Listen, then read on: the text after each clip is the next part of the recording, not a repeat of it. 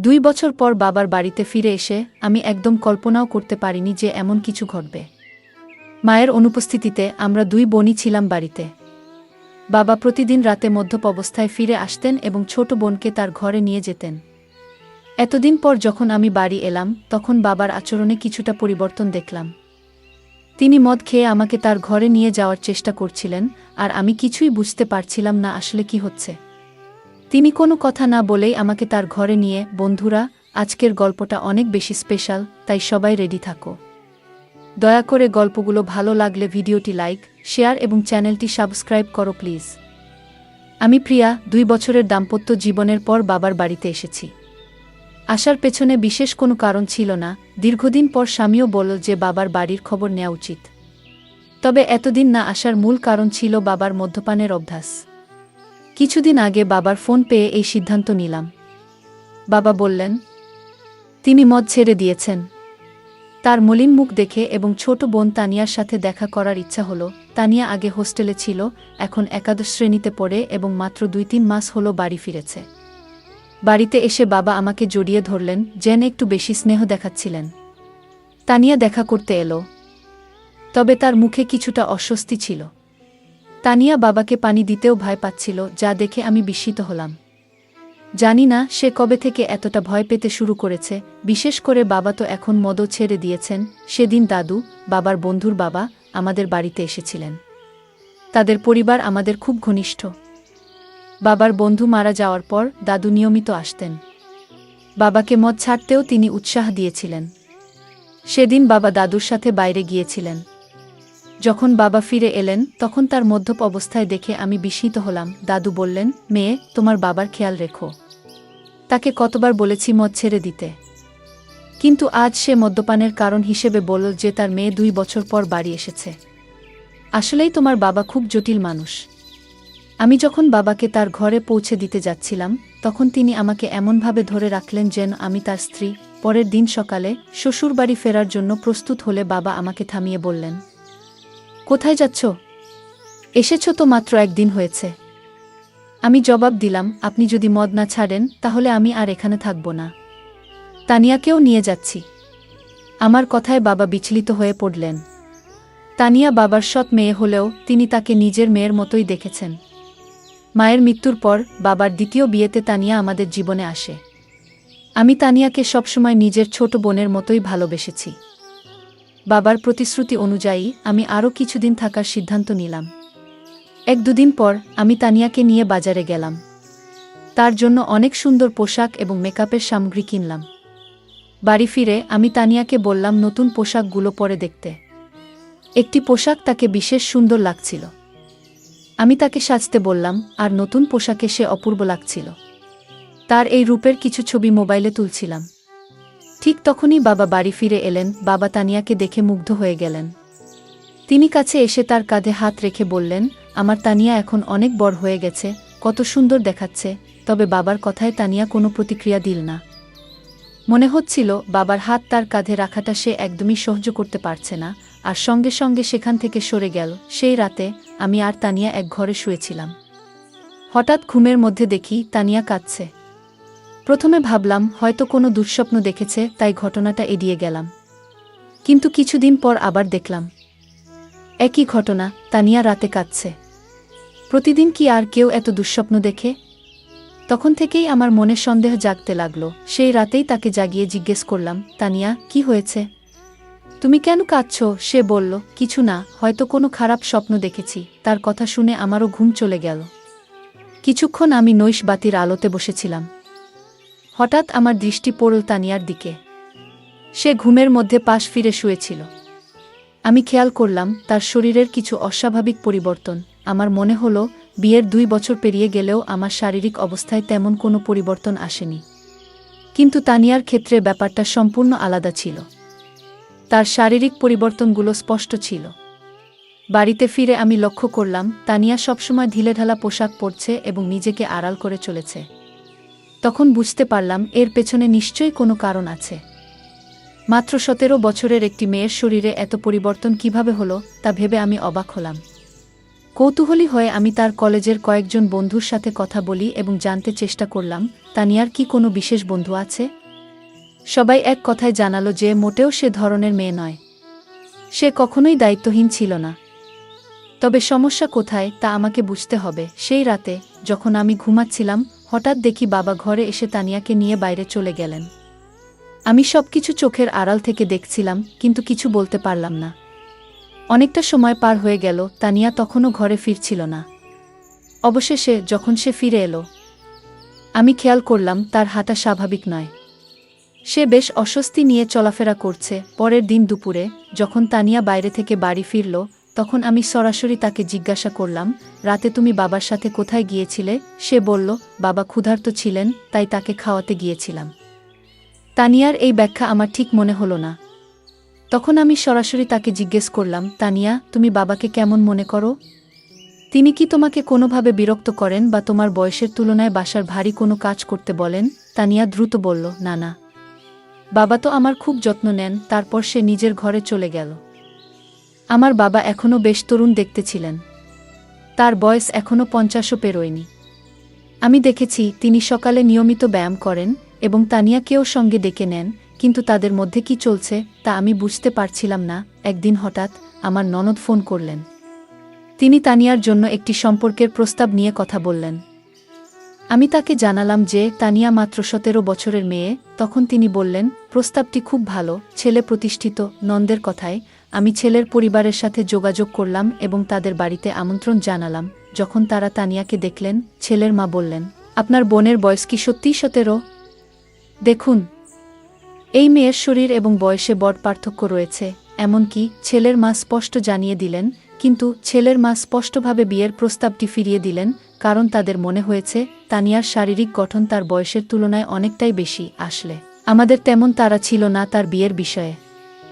তবে নন্দের অনুরোধে আমি তাদের বাড়িতে ডেকেছিলাম। আমি এই দেখার ব্যবস্থা এমন এক সময় করেছিলাম যখন বাবা বাড়িতে ছিলেন না এবং আমি তাকে কিছু জানাইনি। কিন্তু যখন বাবা জানতে পারলেন, তিনি ভীষণ রেগে গেলেন এবং বললেন, তুমি কি পাগল হয়েছ? তানিয়া মাত্র 17 বছরের মেয়ে, আর তুমি তার জন্য এখনই প্রস্তাব আনছ? যদি এখানে থাকতে না পারো, তবে নিজের শ্বশুর বাড়িতে চলে যাও। বাবার এই প্রতিক্রিয়ায় আমি হতবাক হয়ে গেলাম, কারণ এটা তো কেবল সাধারণ একটি দেখাশোনা ছিল, বিয়ে ঠিক করিনি। বাবার তানিয়ার প্রতি অতিরিক্ত মনোযোগ আমাকে চিন্তিত করছিল। যদিও আমি সরাসরি কিছু সন্দেহ করিনি, তবে তাদের আচরণ আমাকে ক্রমশ সন্দেহজনক লাগতে শুরু করছিল। তানিয়াকে প্রায়ই বাবার পিছনে ঘুরতে দেখতাম। বাবা আমার সাথে এত রাগ করলেও আমি শ্বশুর বাড়ি যেতে চাচ্ছিলাম না। দাদাজি, যিনি আমাদের বাড়ি থেকে 2টি বাড়ি পড়ে থাকতেন, আমাদের মধ্যে এই সমস্যা লক্ষ্য করেছিলেন। তিনি বাবাকে বোঝানোর চেষ্টা করলেন, মেয়ের সাথে এমনভাবে কথা বলা উচিত নয়। কিন্তু বাবা কারো কথা শোনার মতো অবস্থায় ছিলেন না এবং রেগে নিজের ঘরে চলে গেলেন। তার পেছনেই তানিয়া এক গ্লাস পানি নিয়ে ঘরে ঢুকে গেল, যেন বাবার প্রতি তার অতিরিক্ত খেয়াল ছিল। দাদাজি আমাকে বললেন, প্রিয়া, যদি তোর বাবার এই আচরণ পছন্দ না হয়, তুই নিশ্চিন্তে শ্বশুর বাড়ি চলে যা। আমি এখানে দুজনেরই খেয়াল রাখব, কোনো চিন্তা করিস না। দাদাজি খুব দায়িত্বশীল মানুষ ছিলেন এবং সবসময় আমাদের বাড়ির খেয়াল রাখতেন। 2 দিন পর আমি শ্বশুর বাড়ি চলে গেলাম। সেখানে পৌঁছে দেখি আমার ননদ আগে থেকেই এসেছে। সে বলল, প্রিয়া, আমি তোকে শুধু একটা পরামর্শই দিয়েছিলাম। ওই পরিবার থেকে আমার কাছে ফোন এসেছিল। তারা বলেছে তোমার বোন সম্পর্কে আমাকে কিছু ভিন্ন কথা বলা হয়েছে। তিনি বললেন, মেয়েটি বিয়ের আগেই শরীরের অদ্ভুত পরিবর্তন করেছে। আমার শ্বশুর বাড়িতেও তানিয়ার শারীরিক পরিবর্তন নিয়ে কথা হচ্ছিল। এরপর ননদ আমাকে বললেন, প্রিয়া, রাগ করো না, তবে এখনও তোমার হাতে সময় আছে। তুমি এখনই ভালো কোনো পরিবারের সাথে তানিয়ার বিয়ের ব্যবস্থা করো, কারণ তার বয়স বাড়লে শরীরের পরিবর্তন আরও বেশি হবে। তখন তার জন্য উপযুক্ত পাত্র খুঁজে পাওয়া কঠিন হয়ে যাবে। নন্দের কথা সত্যিই ছিল। আমি তার কাছ থেকে আরও 4-5টি প্রস্তাবের যোগাযোগ নম্বর নিলাম এবং সরাসরি আমার বাবার বাড়িতে চলে গেলাম। সেখানে গিয়ে বাবাকে স্পষ্ট বললাম, আমি তানিয়ার জন্য সম্পর্ক দেখতে শুরু করেছি। বাবা এতে রেগে গেলেন, কিন্তু আমি তার রাগের পরোয়া করলাম না, কারণ আমি আমার বোনের ভবিষ্যৎ নিয়ে চিন্তিত ছিলাম।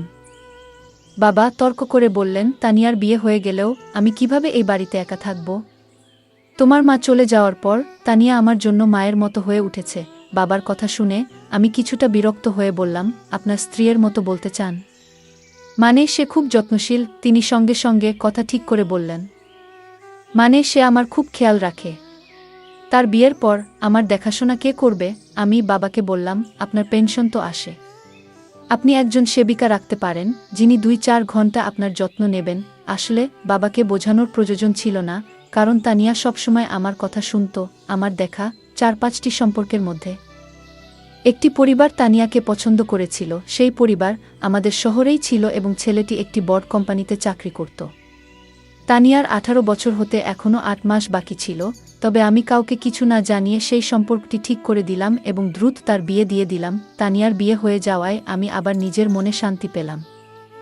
হ্যাঁ, কিন্তু আমি যেমনটা ভেবেছিলাম তেমন কিছুই হয়নি। বিয়ের প্রথম রাতের পরেই দ্বিতীয় দিনেই তানিয়া বাড়ি ফিরে এসেছিল। তার স্বামী রাগ করে তাকে বাড়িতে রেখে চলে গিয়েছিল, আর তানিয়াও কাঁদছিল। আমি তাকে জিজ্ঞাসা করলাম, তানিয়া, মাত্র একদিনেই এমন কি ঘটল শ্বশুরবাড়িতে যে তোমার স্বামী এত রেগে গিয়ে তোমাকে এখানে রেখে দিল? তখন সে বলল, আমি ওর সাথে থাকতে পারবো না। তানিয়া সঠিকভাবে কিছু বলতে চাইছিল না, তাই আমি তার স্বামীকে ফোন করলাম এবং জিজ্ঞেস করলাম কেন সে তানিয়াকে তার বাপের বাড়িতে রেখে দিল। তখন তার স্বামী বলল, তোমার তানিয়া প্রথম রাতেই কিছু অশোভন কথা বলেছে। যখন আমি তার কাছে গিয়েছিলাম সে বলল, আমি তোমার সাথে মানিয়ে নিতে পারবো না, আমি শুধুমাত্র আমার বাবার সাথে অভ্যস্ত। মাত্র 7 বছরের একটি মেয়ে এমন কিছু বলবে, তা শুনে আমার কাছে অদ্ভুত লেগেছে।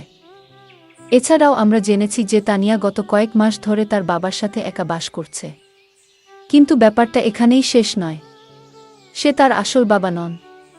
তুমি যেটা ভালো মনে করো সেটা করো, কিন্তু আমি তাকে আমার বাড়িতে ফিরিয়ে নিতে পারবো না। তানিয়া কেন এমন পাগলামি করল কিছুই বুঝতে পারছিলাম না।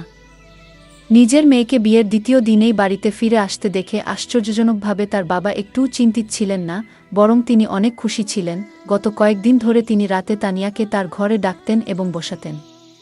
কিছুদিন পর আমার সামনেই তিনি তানিয়ার জন্য কিছু পোশাক কিনেছিলেন, যা তার দেহের মাপে যথেষ্ট ছোট ছিল। তখন তানিয়া সেই পোশাকগুলো পরেনি, কিন্তু রবিবার আমি যখন আমার বান্ধবীর বাড়ি গিয়েছিলাম সেখান থেকে ফিরে এসে আমি দেখলাম যে তানিয়া সেই ছোট পোশাক পরে বাড়ির মধ্যে ঘুরে বেড়াচ্ছে। আমার চোখ অবাক হয়ে গিয়েছিল, কারণ সে তার বাবার সামনে ছোট পোশাক পরে হাঁটছিল। বাবা যেভাবে তাকে দেখছিলেন সেটা দেখে আমি সাথে সাথেই তানিয়ার হাত ধরে তাকে আমার ঘরে নিয়ে গেলাম এবং বললাম, তানিয়া, এখন তুমি আর ছোট নেই, একবার নিজেকে আয়নায় দেখো। বাবা সামনে এমন ছোট পোশাক পরে ঘুরে বেড়ানো ঠিক নয়। তানিয়া আমার কথাগুলো শান্তভাবে শুনল, কিন্তু কোনো উত্তর দিল না। সেদিন রাতে আমি ঘুমাচ্ছিলাম, তখন হঠাৎ আমার মনে হলো যেন কেউ আমাকে ধাক্কা দিয়েছে। ঘুম ভেঙে দেখি পাশে তানিয়া নেই। আমি তাকিয়ে দেখলাম সে ঘর থেকে বাইরে যাচ্ছিল। আমি তার পেছনে পেছনে গেলাম এবং দেখলাম সে বাবার ঘরের সামনে দাঁড়িয়ে আছে। আমি পেছন থেকে ডাকলাম, তানিয়া, এত রাতে কোথায় যাচ্ছ? কিন্তু সে আমার কথার কোনো উত্তর দিল না, এমনকি আমার দিকে তাকালো না। আমি তার সামনে এসে দাঁড়ালাম এবং তখন বুঝলাম তানিয়া আসলে ঘুমের মধ্যে হাঁটছিল। পরের দিন সকালে আমি তাকে জিজ্ঞেস করলাম, তানিয়া, তোমার কি ঘুমের মধ্যে হাঁটার সমস্যা আছে? সে বলল, আমারও ঠিক জানা নেই, আমি রাতে ঘুমের মধ্যে হাঁটি, কিন্তু কিছুই মনে থাকে না। আমরা যখন কথা বলছিলাম তখন আমার স্বামীর ফোন এলো। তিনি কয়েকদিনের মধ্যে আমাকে নিয়ে যেতে আসবেন বলে জানালেন। তানিয়া এই কথোপকথন শুনে আমাকে যেতে দিতে একদম রাজি ছিল না। ঠিক সেই মুহূর্তে দাদু সেখানে এসে হাজির হলেন। 7 বছর বয়স হলেও দাদু এখনও বেশ শক্তিশালী ছিলেন। আমাদের কথাবার্তা অনেকেই শুনছিল। দাদু তানিয়াকে বললেন, তুমি শ্বশুরবাড়িতে থাকতে চাও না, কিন্তু তোমার বড় বোন তোমার মতো নয়, তার অনেক দায়িত্ব আছে। বাপের বাড়ি মেয়েদের জন্য অল্প সময়ের জায়গা, তাকে তার দায়িত্ব পালন করতে হবে, তাকে বাধা দিও না। দাদু তানিয়ার কাঁধে হাত রেখে কথা বলছিলেন, কিন্তু হঠাৎ তানিয়া দাদুর হাত ঝেড়ে ফেল এবং বলল, আমাকে অযথা উপদেশ দেবেন না, সে আমার বোন, তার সাথে কি কথা বলতে হবে সেটা আমি নিজেই দেখে নেব। আপনি নিজের বিশ্বাসটা দেখুন। তানিয়ার এমন অদ্ভুত আচরণ আমারও ভালো লাগেনি। কয়েকদিন পর আমার স্বামী আমাকে নিতে আমার বাপের বাড়িতে এলো। তানিয়া তার জামাইয়ের কাছে কিছুদিনের জন্য বাড়িতে থাকার জেদ ধরল। আমার স্বামী ও তানিয়ার জেদ দেখে রাজি হয়ে গেলেন। আমার স্বামী আমাকে বলল, প্রিয়া, তুমি গত কয়েকদিন ধরে বাপের বাড়িতে আছো। এই সময়ে তোমার বোনের সাথে অনেক কিছু ঘটেছে। তুমি একবারও তার সাথে এ বিষয়ে কথা বলেছ? আমি বললাম, এ নিয়ে কথা বলার কি আছে? যা হচ্ছে সবই সে নিজের ইচ্ছেতে করছে। আমার কথা শুনে স্বামী শুধু মাথা নাড়ল, কিছু বলল না। সেদিন রাতে আমরা একসাথে ঘুমাতে গেলাম, আর তানিয়া তার বাবার ঘরে ঘুমাচ্ছিল। পরের দিন আমরা সবাই ছোট্ট একটি ট্রিপে যাওয়ার পরিকল্পনা করেছিলাম। সকালে উঠে দেখলাম তানিয়া বাবার ঘর থেকে বের হয়নি। আমি বাবাকে জিজ্ঞেস করলাম, তানিয়া কোথায়? বাবা বলল, বাড়ির মধ্যে কোথাও আছে। তাকে খুঁজতে খুঁজতে আমি ছাদে গেলাম। সেখানে দেখলাম তানিয়া এক কোণে বসে কাঁদছে এবং বারবার তার পেট চেপে ধরছে। আমি বললাম, তানিয়া, তোমার কি পেট ব্যথা করছে? তুমি এখানে একা বসে আছো কেন? সে কোনো উত্তর দিতে চাচ্ছিল না। আমি আবার বললাম, তানিয়া, তুমি তো তোমার জামাইকে এখানে থাকার জন্য জেদ করেছিলে। তোমার জামাই পুরো ট্রিপের আয়োজন করেছে, আমরা বাইরে ঘুরতে যাচ্ছি, আর তুমি এখানে কাঁদছো। ঠিক করে বলো, কি হয়েছে তোমার? আমি যখন কথা বলছিলাম, হঠাৎ তানিয়া আমাকে জড়িয়ে ধরে আরও জোরে কাঁদতে শুরু করল। সে বলল, দিদি, আমি কোথাও যেতে চাই না। তুমি বাবাকে নিয়ে যাও। আজ আমি আমার স্বামীকে ভীষণ মিস করছি। তানিয়া হঠাৎ করে তার স্বামীকে কেন এত মনে পড়ছে সেটা আমি বুঝতে পারছিলাম না। আমি তানিয়ার কথা কিছুতেই বুঝতে পারছিলাম না। তাই তাকে ঘরে নিয়ে এলাম। ঘরে এসে সে নিজের ঘরে ঢুকে চুপচাপ হয়ে গেল। তখন আমি বাবাকে বললাম, তানিয়ার শরীর হয়তো ভালো নেই, কাল তাকে নিয়ে বাইরে ঘুরতে যাব। বাবা সেদিন ছুটিতে ছিলেন, কিন্তু হঠাৎ মনে পড়ল জরুরি কিছু কাজ বাকি আছে। তিনি বললেন, তোমরা ঘুরতে যাও, আমি কাজে যাচ্ছি। বাবার আচরণ আমার কাছে অদ্ভুত লাগল। তিনি বাড়িতে থাকার কথা বলেছিলেন, অথচ এখন কাজের অজুহাত দিচ্ছেন। তানিয়া বলল, আমি যতই অসুস্থ থাকি, তোমাদের সাথে বাইরে যাব। আমি জানতাম তার শরীর ভালো নেই, তাই বললাম, আজ তুমি বিশ্রাম করো, কাল আমরা বাইরে যাব। পরে বাবা আর তানিয়া আমাদের সাথে বাইরে গেলেন না। কিন্তু আমি আর আমার স্বামী ঘোরার পরিকল্পনা বাতিল না করেই বেরিয়ে পড়লাম। সন্ধ্যায় তানিয়ার স্বামীকে নিয়ে বাড়ি ফিরে দেখি তানিয়ার ঘর থেকে কিছু অদ্ভুত আওয়াজ আসছে। তার সেই আওয়াজ শুনে আমরা ভীষণ ভয় পেয়ে গেলাম। আমরা দৌড়ে তার ঘরের কাছে গেলাম, কিন্তু ঘরের দরজা ভেতর থেকে বন্ধ ছিল। আমার স্বামী দরজাটা ভেঙে ফেল। আর ভেতরে যা দেখলাম তা দেখে আমরা যা দেখলাম তাতে আমরা গভীরভাবে বিচলিত হয়ে পড়েছিলাম। আমার 17 বছরের বোন তানিয়া এমন একজন বৃদ্ধের সাথে ছিল, যার আচরণ একেবারেই অনুচিত ও অপ্রত্যাশিত ছিল। সেই দৃশ্য দেখে আমার স্বামী প্রচণ্ড রেগে গিয়ে সরাসরি সেই ব্যক্তির দিকে এগিয়ে যায় এবং তাকে জিজ্ঞাসা করতে শুরু করে। যখন আমরা বাড়ি থেকে বাইরে ছিলাম, তখন শুধু বাবা আর তানিয়া ছিল ঘরে। কিন্তু যেটা ঘটছিল তার কেন্দ্রে ছিল এক প্রবীণ ব্যক্তি, যিনি প্রায় 60 বছরের। আমি বাবার ঘরে গিয়ে দেখি তিনি সম্পূর্ণভাবে অচেতন অবস্থায় পড়ে আছেন। ঠিক সেই মুহূর্তে তানিয়া আমার কাছে ছুটে এসে জড়িয়ে ধরে। আমি তাকে শান্ত করে জিজ্ঞেস করলাম, তানিয়া, আসলে কি ঘটছে? এই ব্যক্তি কি তোমার সাথে এর আগেও এমন কিছু করেছে? তানিয়া চোখ মুছতে মুছতে বলল, হ্যাঁ দিদি, দাদু অনেকবার আমার প্রতি অন্যায় আচরণ করেছে। এমনকি গতকাল রাতেও তার আচরণ খুবই খারাপ ছিল। দাদু বাবাকে কিছু টাকা ঋণ দিয়েছিলেন, কারণ বাবার বাজে অভ্যাসের জন্য আমাদের বাড়িটা প্রায় বিক্রি হওয়ার পথে ছিল। তখন দাদু আমাদের সাহায্য করেছিলেন। বাবা সেই ঋণ শোধ করতে না পারলে হয়তো আইনগত সমস্যায় পড়ে যেতেন। সে সময় আমি ভেবেছিলাম দাদু একজন ভালো মানুষ, কিন্তু পরে বুঝতে পারলাম তার আসল চেহারা অন্যরকম। দাদু প্রায়ই বাড়িতে এসে বাবার সাথে মদ খেতেন, আর বাবা ঘুমিয়ে পড়লে আমাকে অত্যাচার করতেন। গতকালও একইভাবে আমাকে হুমকি দিয়ে বললেন, কাউকে বললে বাবাকে জেলে পাঠাবো। এতদিন এসব সহ্য করেছি, কিন্তু তোমাকে বলতে পারিনি। তুমি আমাকে সবসময় ভুল বুঝেছ, কখনো পাশে দাঁড়াওনি। বাবাকেও কিছু বলতে পারিনি, কারণ তিনি বারবার মদের মধ্যে ডুবে যেতেন। বাবাও সবসময় আমার সাথে রাগ করতেন, আর আমি কিছুই করতে পারতাম না। বিয়ের পরও সেই বৃদ্ধ লোকটার কথা মনে পড়ত, যা আমাকে কষ্ট দিত। এজন্য রাতে ঘুমের মধ্যে অজান্তেই কিছু বলতাম, কখনো বাবার নামও বেরিয়ে আসত। আমার স্বামীও আমাকে বুঝতে পারেননি। বিয়ের 2 দিন পরেই আমাকে বাপের বাড়ি রেখে চলে যান। তানিয়ার কথা শুনে আমার চোখে জল এলো। তার স্বামী ও দুলাভাইও কাঁদছিলেন। আমি তাকে না বুঝেই সবসময় রাগ দেখিয়েছি, বড় বোন হিসেবে আমার দায়িত্ব পালন করিনি। আমি তানিয়ার কাছে ক্ষমা চাইলাম। বাবা যখন সব জানলেন, তখন নিজেকে দোষী ভাবতে লাগলেন। মদের নেশায় তিনি আমাদের পরিবারকে বিপদে ফেলেছিলেন। আমি তানিয়াকে কিছুদিন নিজের কাছে রাখলাম। তার মানসিক অবস্থার উন্নতি হল। 1-8 বছর বয়সে তার স্বামী আবার তাকে বাড়ি নিয়ে গেল। অতীত মেনে নিলেও তানিয়ার সহ্য করা কষ্টের পূরণ আমাদের কারো পক্ষে সম্ভব ছিল না। আমরা সেই বৃদ্ধ লোকটাকে পুলিশের হাতে তুলে দিলাম এবং সে শাস্তি পেল, যা তার প্রাপ্ত ছিল। বন্ধুরা, বাচ্চাদের যত্ন ও ভালোবাসা গুরুত্বপূর্ণ। পরিবারের সবাই মিলে নিয়মিত কথা বলা ও নজর রাখা উচিত, যাতে তারা সুখী থাকে এবং কোনো চাপের মধ্যে না থাকে। গল্পটা কেমন লাগলো জানাতে ভুলবে না। আরও মজার মজার রোমান্টিক গল্প শুনতে চাইলে ভিডিওটি লাইক, শেয়ার এবং চ্যানেলটি সাবস্ক্রাইব করতে এবং বেল আইকনটি ক্লিক করতে ভুলবে না। ধন্যবাদ।